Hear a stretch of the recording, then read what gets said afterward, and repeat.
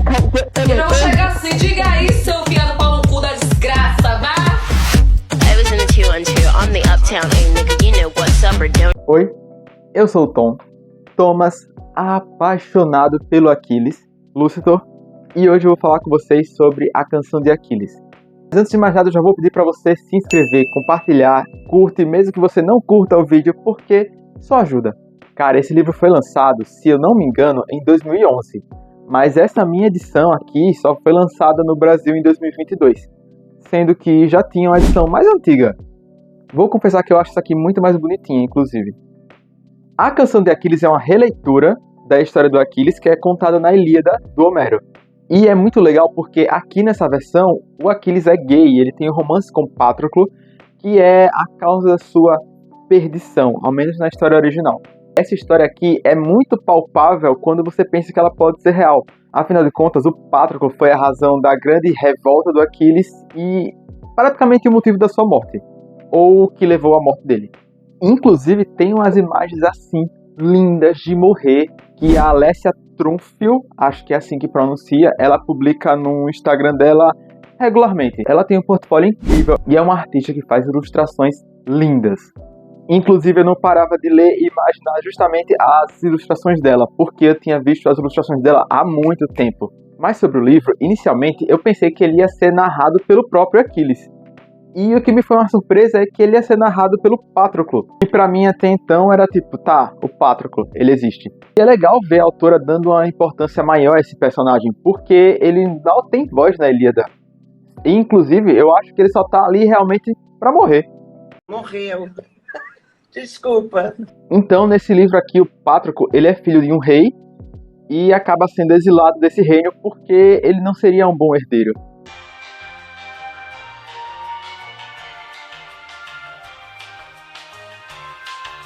E aí o pai do Aquiles acolhe ele junto com outros guerreiros porque era algo bem comum na Grécia. Uma suruba! Você acolhia crianças órfãos ou rejeitadas porque você podia treinar elas para fazer parte do seu futuro exército. Suruba! Então tinha esse grupo de crianças e o Aquiles ele era o mais admirado, afinal de contas ele era filho do rei. E a sua mãe era uma deusa, uma ninfa da água. A deusa Tétis tem uma representação muito bem feita nesse livro. Porque ao mesmo tempo que ela é uma figura enigmática e misteriosa, ela também demonstra certo poder e dá medo nas pessoas. Mas não medo de uma forma ruim, é uma forma de demonstrar poder, superioridade. E o Patroclo e o Aquiles acabam tendo uma amizade muito bonita de fato. Porque são crianças, não existe nenhuma sexualidade envolvida. Mas a forma como é descrita nesse livro é muito bonita. Porque são crianças criando um vínculo muito forte de amizade. E eles nem sabem que estão se apaixonando, porque em determinado momento eles vão se apaixonar. E é muito bonito porque acontece tão naturalmente, só que é claro que a deusa Tétis, ela percebe isso tudo, afinal de contas ela está vigiando o Aquiles desde sempre. Ela já disse a profecia que o Aquiles ele ia ser muito grande, ele estava destinado a ser um deus. Tanto que ela chega a falar para o Patroclo que ele vai morrer, bem cedo inclusive. Cara, o momento que ela fala isso para o Patroclo é incrível, eu acho impecável. Porque ela tá elogiando Aquiles, falando o quanto ele vai ser grande, e ela olha para ele de uma forma não a desprezar ou menosprezar, mas insignificante, irrelevante. E ela só diz, você não, você vai morrer cedo. I wish you well. In hell. E tudo que o Patroclo pensa é, tá, desde que eu morra antes dele, uma vida sem o Aquiles não ia ser uma vida. Não desmerecendo a bicha, mas mulher... Guarda essa informação, porque lá no final vai ser um pouco relevante. A deusa Tétis, ela manda o Aquiles para ser treinado pelo Quiron. Só que a deusa Tétis despreza muito o Patroclo, então ela quer afastar ele de todas as formas. Então, quando ela manda o Aquiles para ser treinado pelo Quiron, ela manda escondido.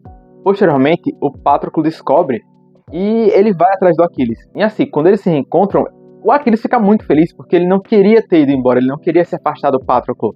E apesar da deusa ter dito para o Quiron não deixar eles dois ficarem juntos, o Quiron acolhe e diz, olha, agora eles estão sob a minha proteção. Queen! E eu acho que é aqui onde a gente vê o maior desenvolvimento dessa amizade e do que poderia ser o amor deles. Porque é muito bonitinho, o Aquiles não quer se entregar de fato, mas ele não percebe que está se deixando envolver. E o Patroclo fica na mesma onda, porque ele tem medo, tem receio. Afinal de contas, são dois garotos e se hoje em dia já é um problema, imagina naquela época. Porque apesar da Grécia já ter um costume de sim deixar os homens se envolverem, Uma suruba. eles não podiam se envolver romanticamente, apenas sexualmente. E eles estavam se envolvendo romanticamente. Não que seja um consenso entre os historiadores, mas tem muitas evidências de que os homens gregos se envolviam muito, inclusive eles criavam essa relação de amor até no exército, porque era mais provável que um fosse lutar pelo outro.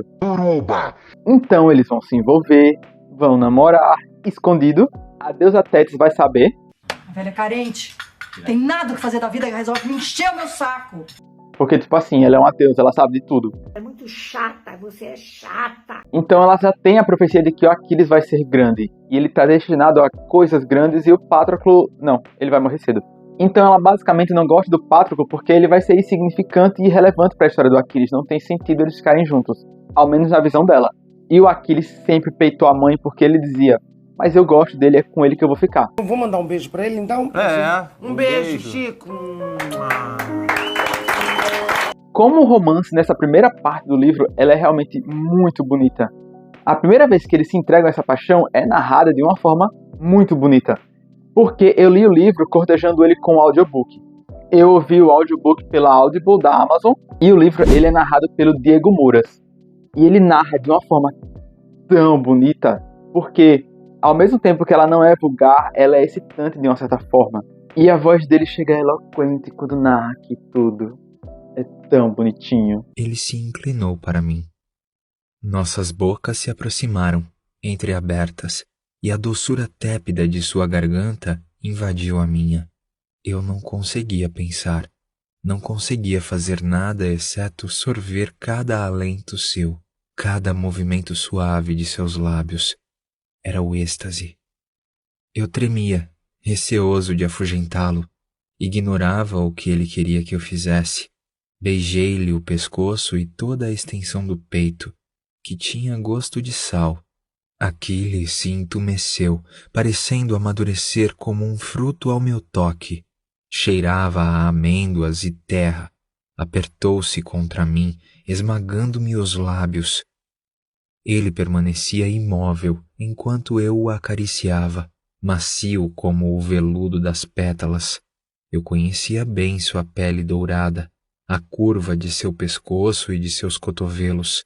Conhecia suas reações de prazer. Nossos corpos se estreitavam como mãos. As cobertas se enroscaram ao meu lado e Aquiles as jogou para longe. O ar espicaçou minha pele, fazendo-a estremecer. O corpo dele se recortava contra o desenho dos astros. A estrela polar fugia em seu ombro.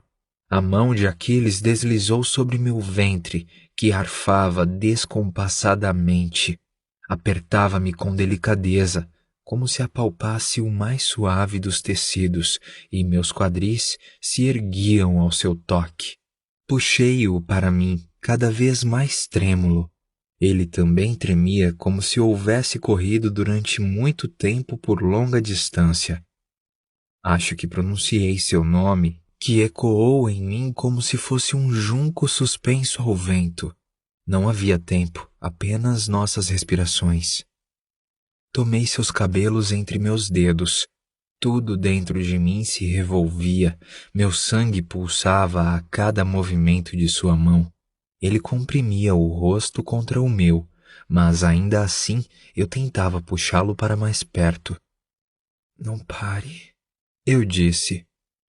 Aquiles não parou. A sensação foi aumentando até que um grito rouco escapou de minha garganta e o prazer agudo me comprimiu arquejante contra ele. Ainda não era tudo. Minha mão desceu, encontrou a sede de seu prazer. Aquiles cerrou os olhos. Eu podia sentir o ritmo que o deliciava pela respiração entrecortada, pelo arquejar anelante. Meus dedos ligeiros acompanhavam o compasso cada vez mais acelerado de seus gemidos. Suas pálpebras tinham a cor da alvorada. Seu corpo recendia a terra e chuva. A boca de Aquiles se abriu num grito inarticulado. Estávamos tão juntos que senti o jorro quente contra mim. Ele estremeceu e ficamos imóveis. Aos poucos, como um crepúsculo que descia, fui me dando conta de meu suor, da umidade das cobertas e do líquido que escorria entre nossos ventres. A narração do Diego Muras é muito bonita, muito bem feita, porque ele passa exatamente a sensação que você tem quando você está lendo o livro. Eles estão se envolvendo, os dois estão cheios de tesão. É a primeira vez de ambos e é muito bonito. Então, beleza, agora eles estão oficialmente juntos, ao menos entre eles. Só que aí, adivinha, a deusa Tétis entra de novo. Ô mulher abençoada, ela mandou Aquiles pra uma ilha aí que eu já esqueci o nome, tanto faz. Nessa ilha, ele acaba se envolvendo com a Deidamia, que é a filha do rei Licomedes. A deusa Tétis monta uma armadilha para que o Aquiles passe uma noite com ela, e ela acaba ficando grávida dele. Ele passa um tempo lá nessa ilha refugiado, o Patroclo vai atrás dele, fica um tempo lá preso, porque eles são convidados, mas ao mesmo tempo são prisioneiros. Porque a deusa Tétis manda o rei Licomedes proteger eles, na verdade proteger o Aquiles, né? Mas o Patroclo acaba entrando na fila, né? E o rei Licomedes faz isso até o dia que ele recebe algumas visitas, entre elas o Odisseu. O Odisseu é o cara, você tem que saber disso, ele é o cara. Queen! E ele vai e convoca o Aquiles e o Patroclo vai junto, né? Sempre. Pra ir pra Guerra de Troia. Que vai ser onde a história realmente vai acontecer. História que eu digo é o que tá na Ilíada. Tem um vídeo do Vogalizando História onde ele explica muito bem sobre a Guerra de Troia. Porque ele explica muito bem como se sucedeu a guerra. Se ela é real ou não. Porque é debatido inclusive até hoje se ela realmente aconteceu, aonde teria acontecido. Vou deixar o link desse vídeo do Vogalizando História na descrição. Mas basicamente, a Helena era casada com o Menelau e ela acabou fugindo com Paris para Troia. E o Menelau ficou muito puto porque ele foi roubado, foi corno, foi talaricado. Ele tinha recebido Paris na casa dele. E o cara foi lá e pegou a esposa dele e vazou, mano. Mereceu ser corno. Isso é motivo para uma guerra? É corno. Não. Mas era um rei e todo mundo sabe que reis são...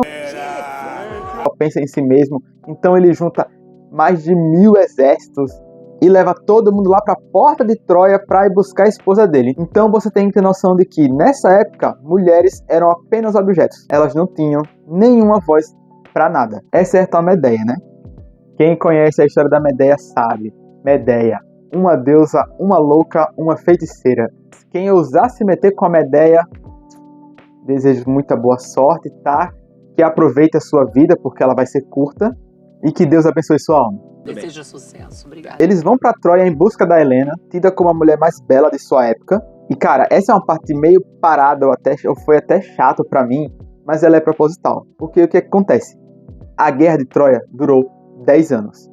Eles não tinham como avançar. Os muros de Troia eram impenetráveis. Eles não tinham dragões nessa época pra simplesmente chegar lá e meter um Dracarys igual fizeram no castelo de Harrenhal lá nas Crônicas de Gelo e Fogo. Ou seja, eles não podiam realmente atacar a cidade, eles só podiam atacar ao redor. E quem sofria principalmente com isso eram os plebeus. Eles falam aqui como funciona. A gente pega todos os plebeus, rouba as comidas dele, escraviza eles e aí eles não vão ter como fornecer recursos e alimentos para o pessoal que está dentro da cidade. Então eles vão ter que abrir as portas. Só que eles não abrem. Isso dura mais de 10 anos. Vocês têm noção do que é isso? Só quem sofre são os pobres, enquanto os ricos estão lá desfrutando de suas guerras por motivos supérfluos. Corno! E o Patroclo demora muito a entender que o Aquiles, por mais que ele o ame, por mais que ele seja uma boa pessoa, ele é um guerreiro, ele tá indo fazer exatamente isso. Ele vai matar e escravizar muitas pessoas.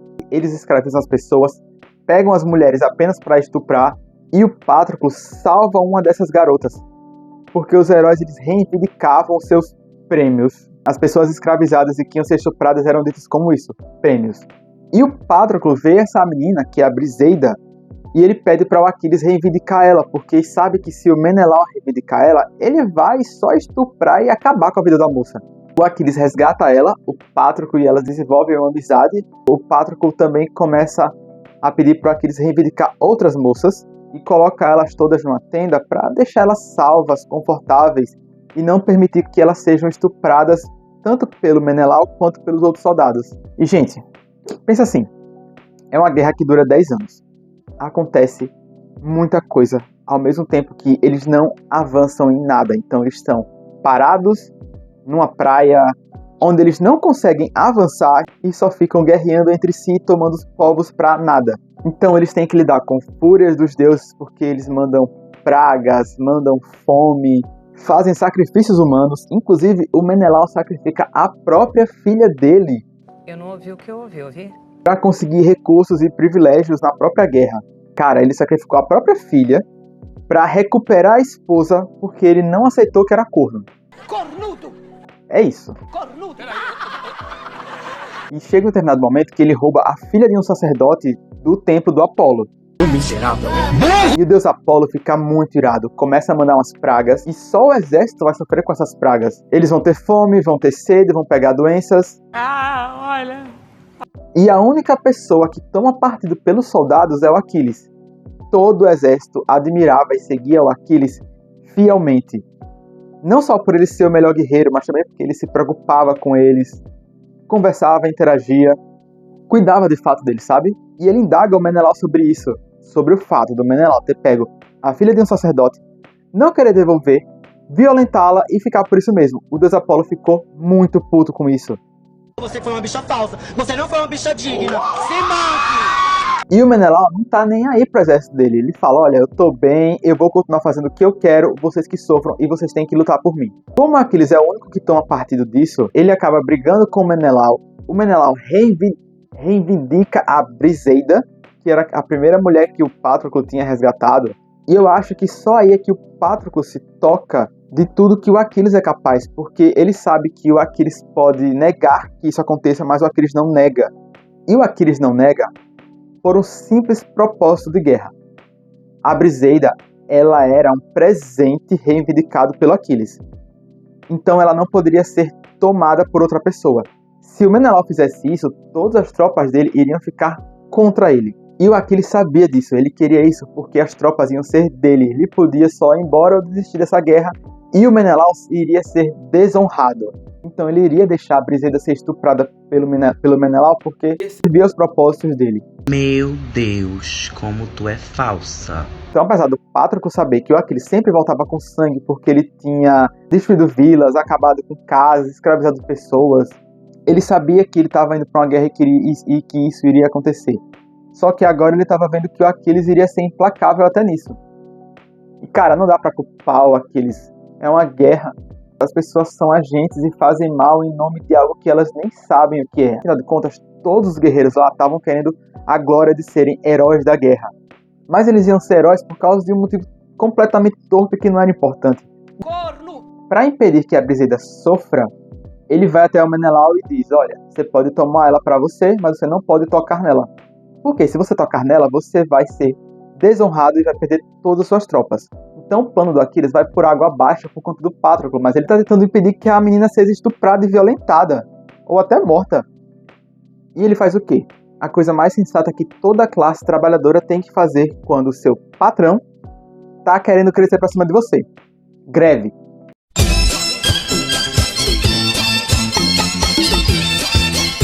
É isso aí, o Aquiles não vai mais lutar, então toda a moral do exército cai porque o Aquiles ele era o grande vitorioso disso tudo. Ele que trazia as vitórias e a glória para o exército. Como ele não está mais fazendo isso, o exército começa a perder. Infelizmente, como nessa época não existia sindicato, o Aquiles fica nessa greve sozinho. E como eles estão perdendo muito, chega um momento que o Patroclo se oferece para ir com a armadura dele, onde ele não seria reconhecido apenas para levantar a moral do exército. Porque eles iriam pensar que o Aquiles está lá, iriam lutar, e aquilo faria com que o Menelau fosse descredibilizado. Porque iria ficar escancarado quanto ele precisava do Aquiles, que mesmo que ele não lute, bastava que ele estivesse lá. O Aquiles fica relutante, mas concorda com a ideia, e o Patroclo vai. Então, quando ele chega lá, o exército está vencendo, só que o Patroclo inventa de lutar. E aí é que chega a grande perdição de tudo. Porque na profecia, o Aquiles ele iria morrer nessa guerra, mas ele só iria morrer após a morte do Heitor. Eles já sabiam disso, e o Aquiles enrola o tempo inteiro para matar o Heitor. Essa guerra dura mais de 10 anos porque ele enrola para matar o Heitor. O Heitor é irmão do Paris, e o Paris foi quem roubou a Helena do Menelau. E cara, lembra do seguinte, o Aquiles não tem motivo para matar o Heitor. Mas em determinado momento do livro, ele fala, o Heitor tem motivos para me matar porque eu saqueei toda a cidade dele. Me auto-sabotei. Ou seja, era um conflito inevitável. E como o Patroclo tá com a armadura dele,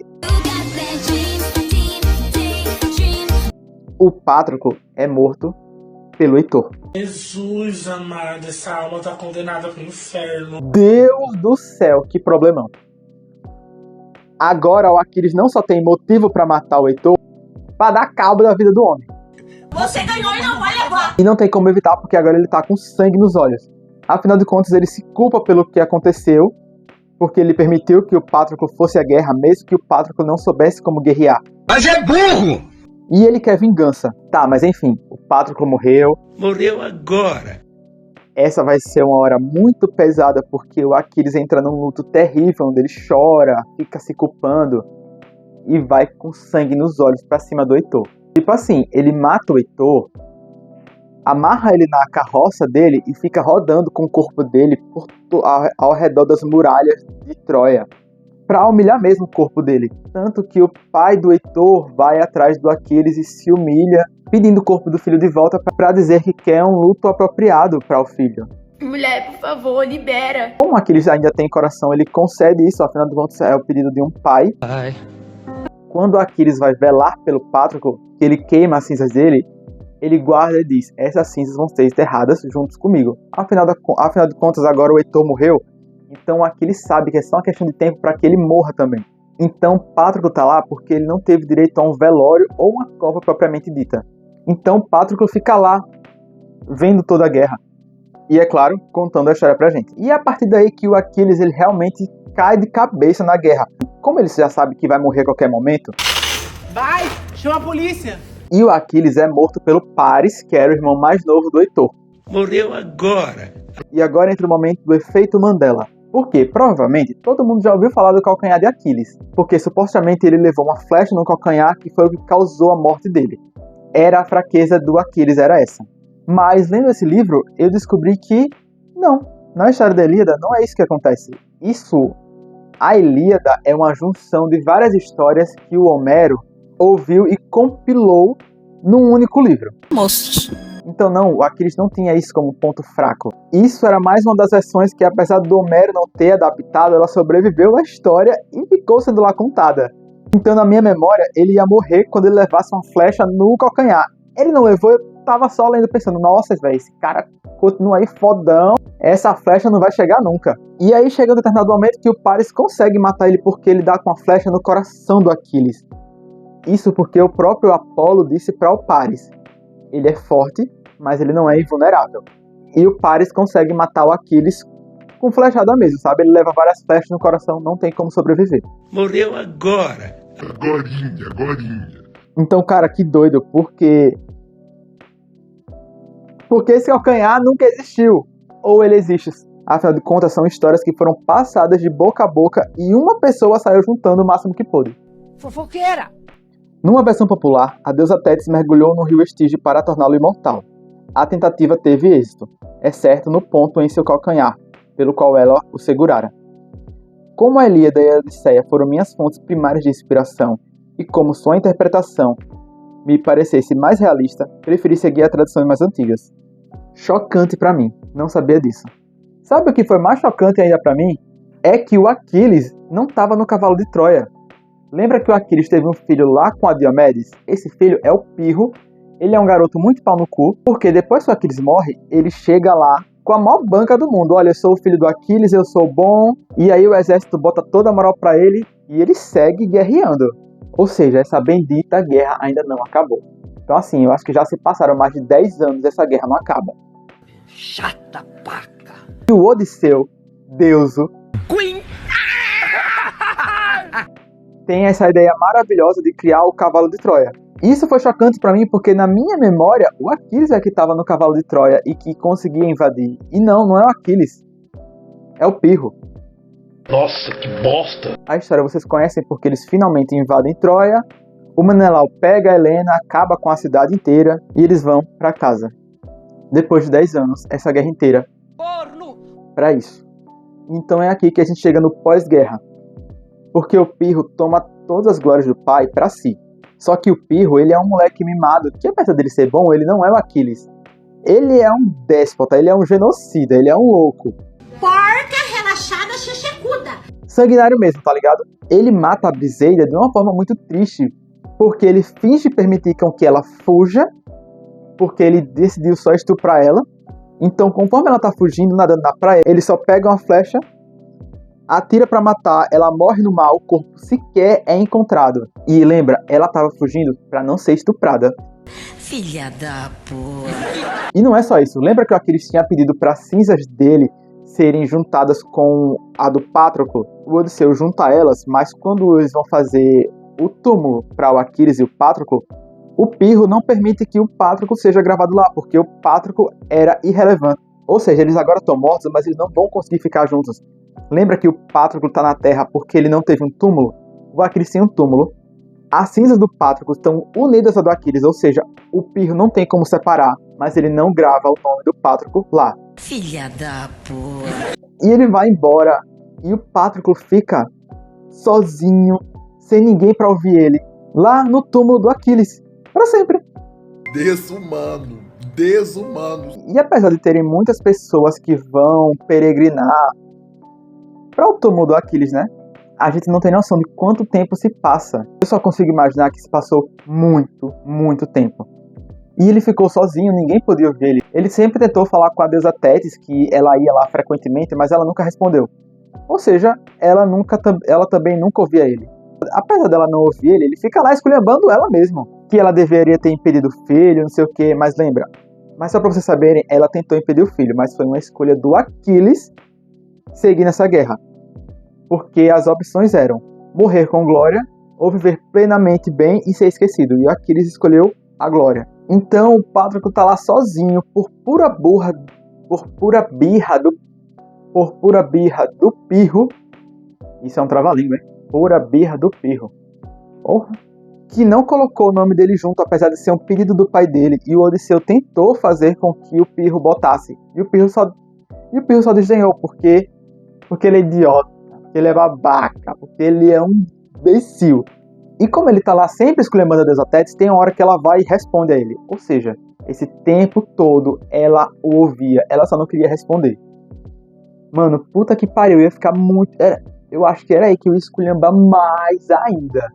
Como assim você tá aqui esse tempo todinho aqui me escabelando, tentando chamar sua atenção, só querendo descansar em paz, e você simplesmente me ignora todo esse tempo? Estou sepultado aqui, na tumba dele. Ela não diz nada, não faz nada, não ouve. Vem todos os dias, senta-se ao pé da tumba e tenho a impressão de sentir a frieza de seu corpo e seu leve cheiro de sal atravessando a terra. Não posso mandá-la embora, mas posso odiá-la. Você disse que Quiron o arruinou. É uma deusa insensível, que nada sabe. Foi você quem o arruinou. Veja como ele será lembrado. Por matar Heitor, por matar Troilo, por atos cruéis que perpetrou quando a dor o afligia. O rosto dela parece também de pedra, não esboça nenhum movimento. Os dias nascem e morrem. Talvez essas coisas passem por virtude entre os deuses, mas que glória há em tirar uma vida. Morremos com tanta facilidade. Gostaria de fazer de Aquiles outro Pirro, que ele seja lembrado por atos muito diferentes. Que atos? Perguntou ela. Por um instante, não sinto medo. Ela não pode mais me fazer mal. Devolver o corpo de Heitor a Príamo, responde. Isso deve ser lembrado. Ela fica em silêncio por um longo tempo. E sua habilidade na lira, sua bela voz. Tétis espera que eu prossiga. As cativas, ele as reivindicou para que não sofresse nas mãos de outro rei. Foi você quem fez isso. Por que não está com Pirro? Algo cintilha em seus olhos. Ele morreu.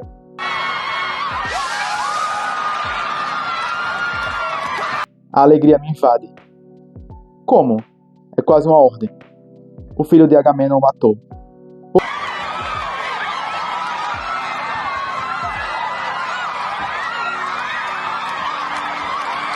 O Pirro é um personagem tão odiável que eu acho que, assim como o Patroclo, todo mundo deve ter ficado feliz com a morte dele.